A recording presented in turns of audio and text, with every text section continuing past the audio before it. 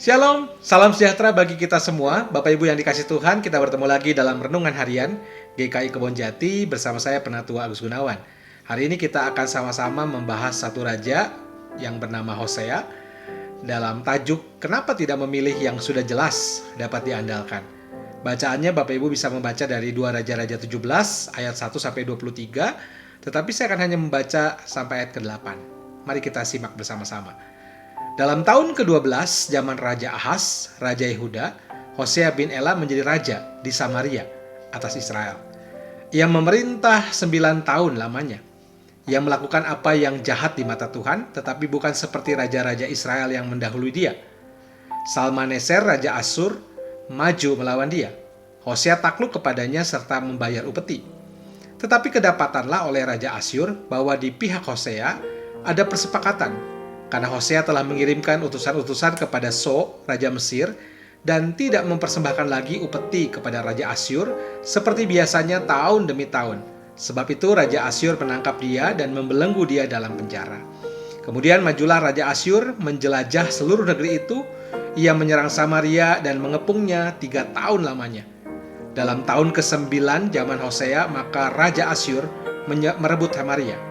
Ia mengangkut orang-orang Israel ke Asyur ke dalam pembuangan dan menyuruh mereka tinggal di Halah, di tepi sungai Habor, yakni sungai negeri Gozan, dan di kota-kota orang Madai.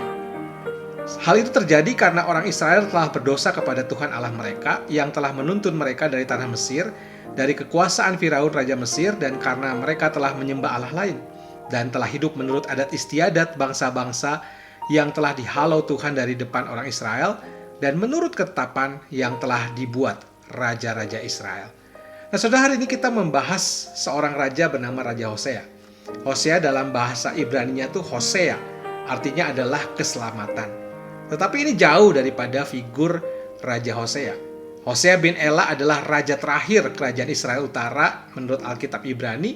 Setelah dia membunuh Raja Pekah bin Remalia di Samaria, kemudian ia memerintah 9 tahun di Samaria. Sampai kemudian kerajaan Israel dilenyapkan oleh Asyur dan seluruh penduduknya dibawa ke dalam pembuangan. Nah, saudara, kalau kita membaca 2 Raja-Raja 17 ayat 1 sampai 23, tentu kita akan merasa gemas. Kenapa gemas?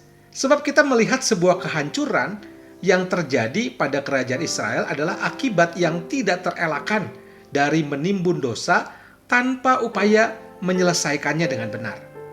Raja Hosea ini menutup rangkaian raja-raja yang memerintah Israel sejak Yerobeam bin Nebat menjadi raja, dan pada masa pemerintahannya Raja Salmaneser dari Asyur menaklukkan dan menghancurkan Samaria serta membawa orang-orang Israel ke Asyur ke negeri pembuangan. Nah, saudara, penulis 2 Raja-Raja dengan jelas memaparkan segala dosa yang telah dilakukan umat Israel itu kepada Allah yang menyebabkan Allah tidak lagi mengampuni mereka. Inti dari dosa yang mereka lakukan adalah karena mereka melanggar perjanjian Sinai yang diadakan oleh Allah dengan nenek moyang mereka. Bangsa Israel menyembah Allah-Allah lain, menyembah berhala, menyembah patung-patung emas, lembu emas yang didirikan oleh Yerobeam bin Nebat, serta hidup mengikuti tradisi-tradisi bangsa-bangsa kafir dalam menyembah Allah-Allah tersebut.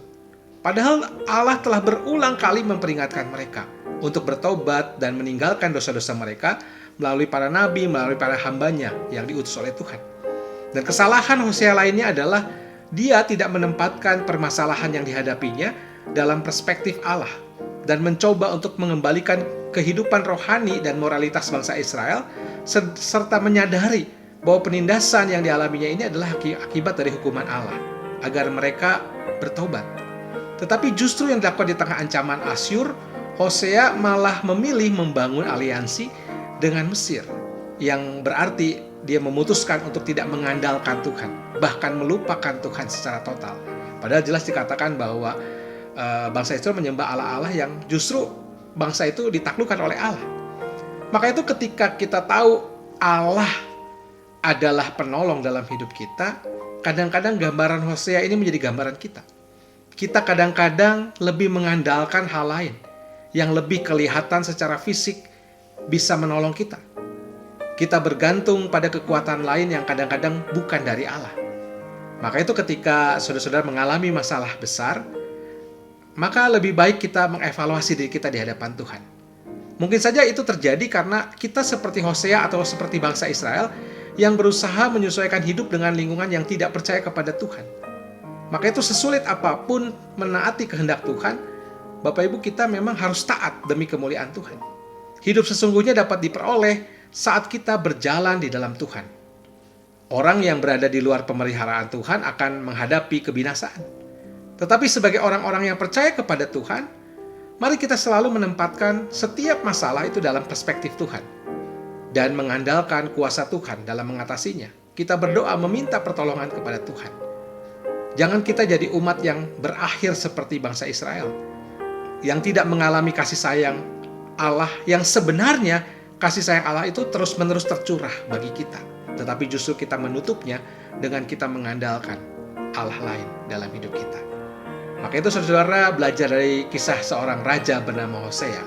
Mari, kalau Allah menjadi kekuatan kita, kenapa kita harus mengandalkan yang lain dalam hidup kita? Tuhan memberkati kita. Amin.